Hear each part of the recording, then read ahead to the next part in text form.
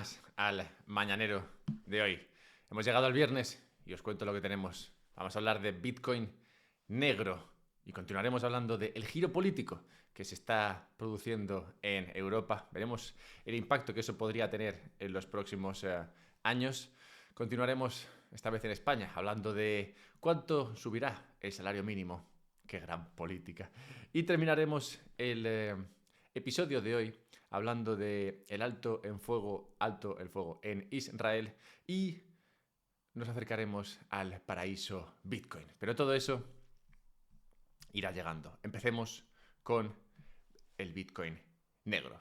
Los últimos planes de la Unión Europea para tratar de atacar económicamente a Rusia implican que Dinamarca, y cito al Financial Times, se encargará de inspeccionar y bloquear los petroleros rusos que naveguen por sus aguas, mientras las potencias occidentales se esfuerzan por hacer cumplir un límite de precios que el Kremlin ha aprendido a evitar. Cierro cita. Pero, o sea, ¿qué marrón es este? ¿En qué momento se le ocurrió a la Unión Europea que Dinamarquita, con sus 3 o 4 o 5 millones de habitantes, se ponga a investigar, perseguir, bloquear el libre tránsito de buques en rusos? O sea, apoya a Dinamarca a entrar en guerra con Rusia porque un bloqueo de sus barcos sería lo que conseguiría. Pero bueno, ¿por qué se busca recrudecer las sanciones a Rusia? Bueno, pues principalmente porque no están funcionando y los gobiernos en general, tienen tendencia a hacer más de lo que no funciona para ver si así acaba funcionando. Y no funciona porque Rusia está mostrando un crecimiento anual que se ha acelerado. Concretamente, el último trimestre, Rusia creció un 5,5%, el PIB, frente al 4,9% que creció en el trimestre anterior. Un crecimiento que es el segundo más elevado en la última década. Las sanciones, vemos entonces, no han funcionado y este ejemplo es genial para ilustrar por qué un ataque a Bitcoin tampoco funcionaría. Se intentó, como sabéis, dañar a Rusia prohibiendo sus materias primas, desde el petróleo hasta el gas, confiando en que si no puede vender, pues ganaría menos, teniendo en cuenta su gran dependencia sobre estas materias primas. La realidad es que, si bien es posible que Rusia haya vendido menos en estos últimos 2 años que lleva de conflicto con Ucrania, el impacto en el precio de la menor oferta de estos recursos escasos y demandados ha sido tal que Rusia básicamente ha acabado ganando, si no el mismo dinero que antes, más.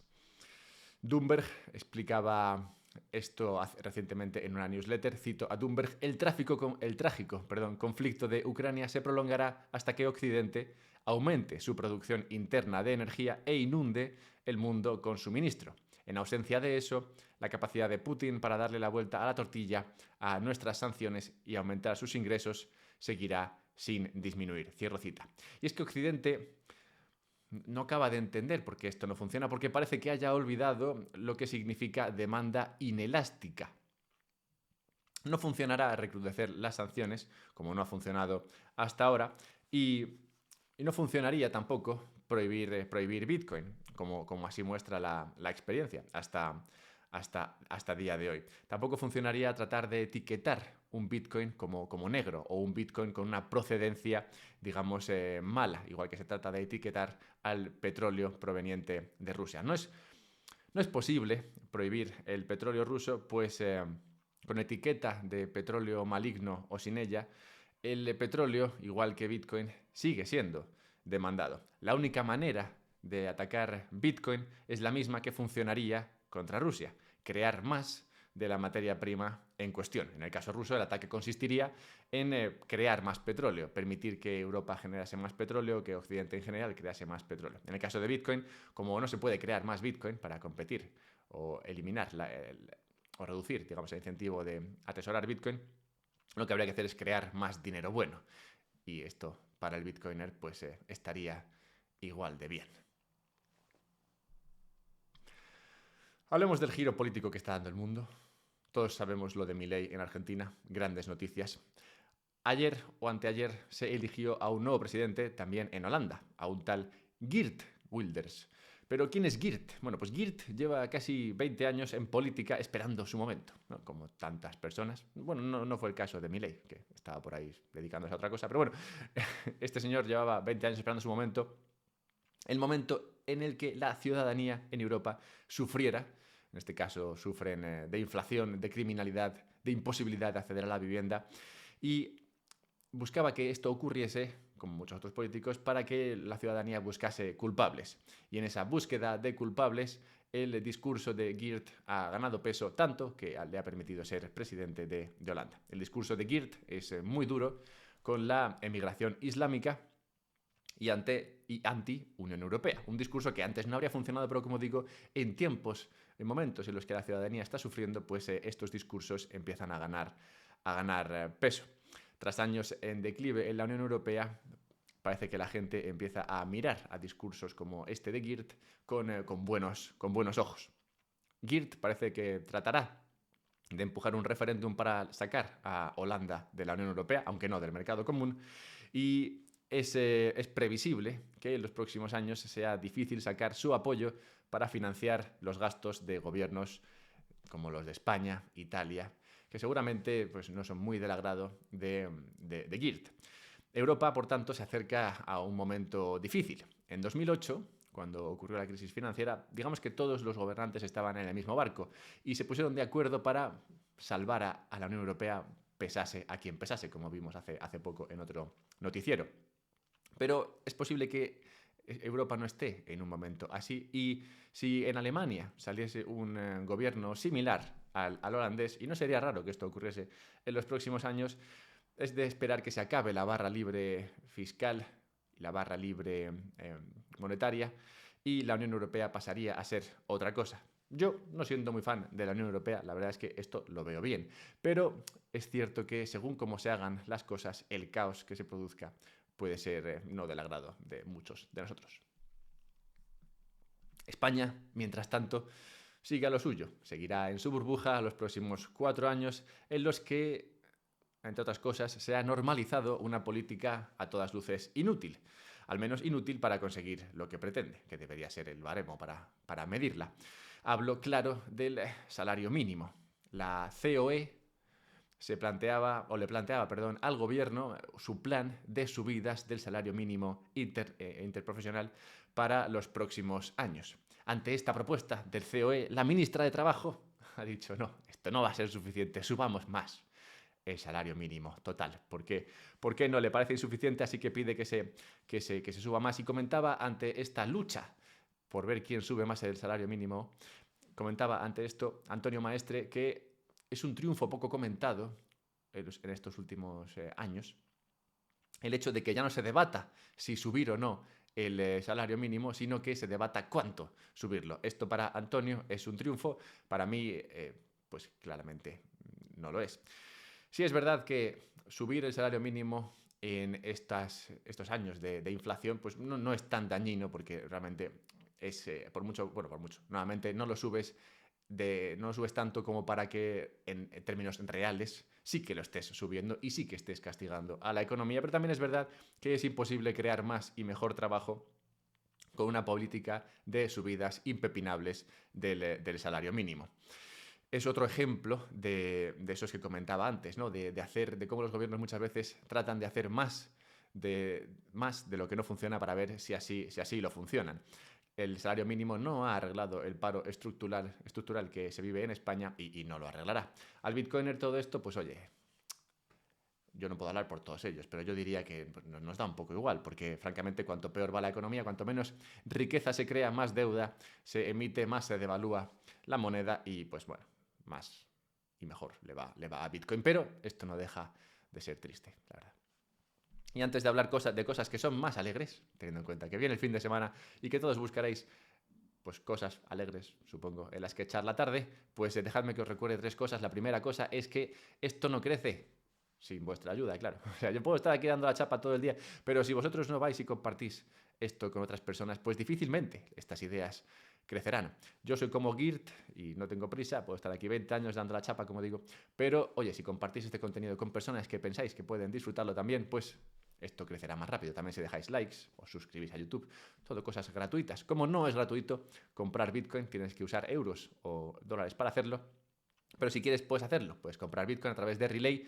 Ya parece ser que Relay ha arreglado su problema con Apple, así que si tienes un iPhone y buscabas comprar Bitcoin a través de Relay y no podías porque la aplicación no estaba disponible, bueno, pues ya lo está. O sea que puedes volver a acumular Bitcoin a través de Relay si esto es lo que te gusta. ¿Cómo puedes guardar ese Bitcoin? Y debería gustarte en una Bitbox.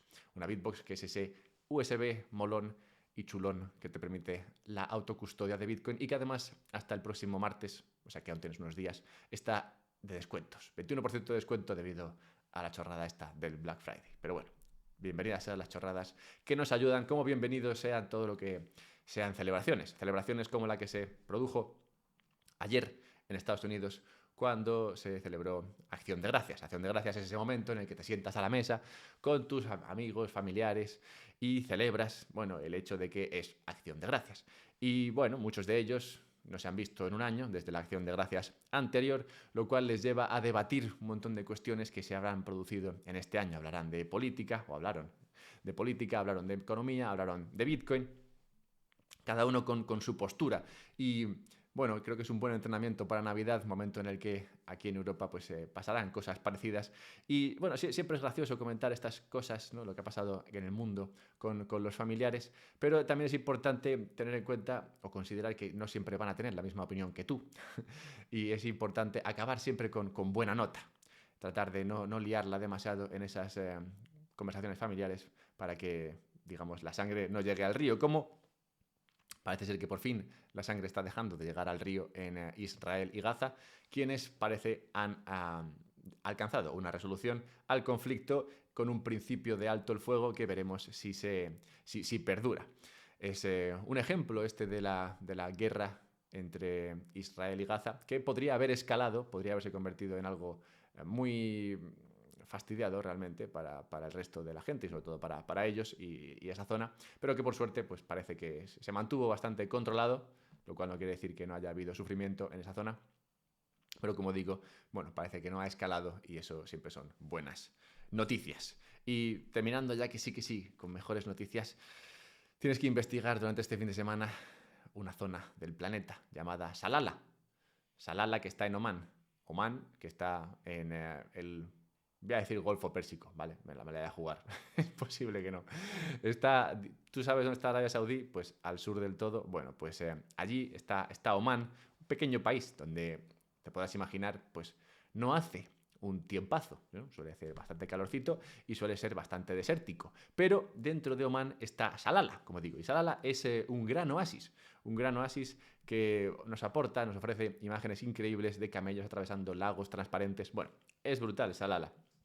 Pero no solamente es brutal en términos paisajísticos, sino que también es brutal en términos fiscales y regulatorios, pues están empujando mucho la regulación para hacerla más cripto y Bitcoin friendly, tanto que está llevando a cientos de millones de inversión de mineros de Bitcoin en esta zona.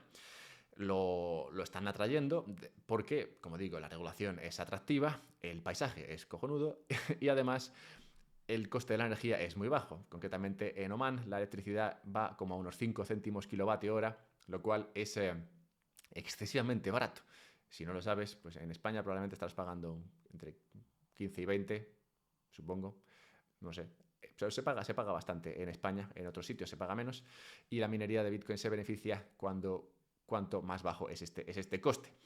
Así que está ya atrayendo mucha minería a Omán, principalmente de mineros americanos, que curiosamente están siguiendo una política que me parece que es de lo más acertada, que es la de tratar de tener toda su minería distribuida por el planeta para que no más del 50% de toda la minería que tiene una empresa minera americana esté en Estados Unidos, para así, digamos, tener estar menos controlada por el gobierno americano si su gobierno se volviese un poco loco. Así que Omán se está convirtiendo en una zona de estas donde la gente va a minar para diversificar. ¿Cómo diversificar o diversificación trajo al mundo la persona que protagoniza la necrológica de hoy? En tal día como hoy murió no otro que Freddie Mercury, muy querido por mí, realmente. Mira que no llegué a conocerlo, pobrecillo. Pero sí, murió tal día como hoy, a la pronta edad de 45 años, y siempre ha sido para mí una inspiración. Soy muy fan de Queen por varias razones. Y es que Queen consiguió con canciones como la de Bohemian Rhapsody romper con lo establecido, lo cual me parece que es algo siempre muy digno de perseguir. Fueron valientes a la hora de probar nuevos formatos y sobre todo fueron capaces de contar grandes historias, que creo que es importante siempre tratar de hacer, como yo intento hacer en este noticiario. Compártelas si te gustan o no lo hagas. Si no te gustan, deja like, búscame en Twitter, @alberto_mera, cómprate Bitcoin si te apetece a través de Relay y guárdatelo en una Bitbox, no me seas. Autocustodia tu Bitcoin y pasa un buen fin de semana.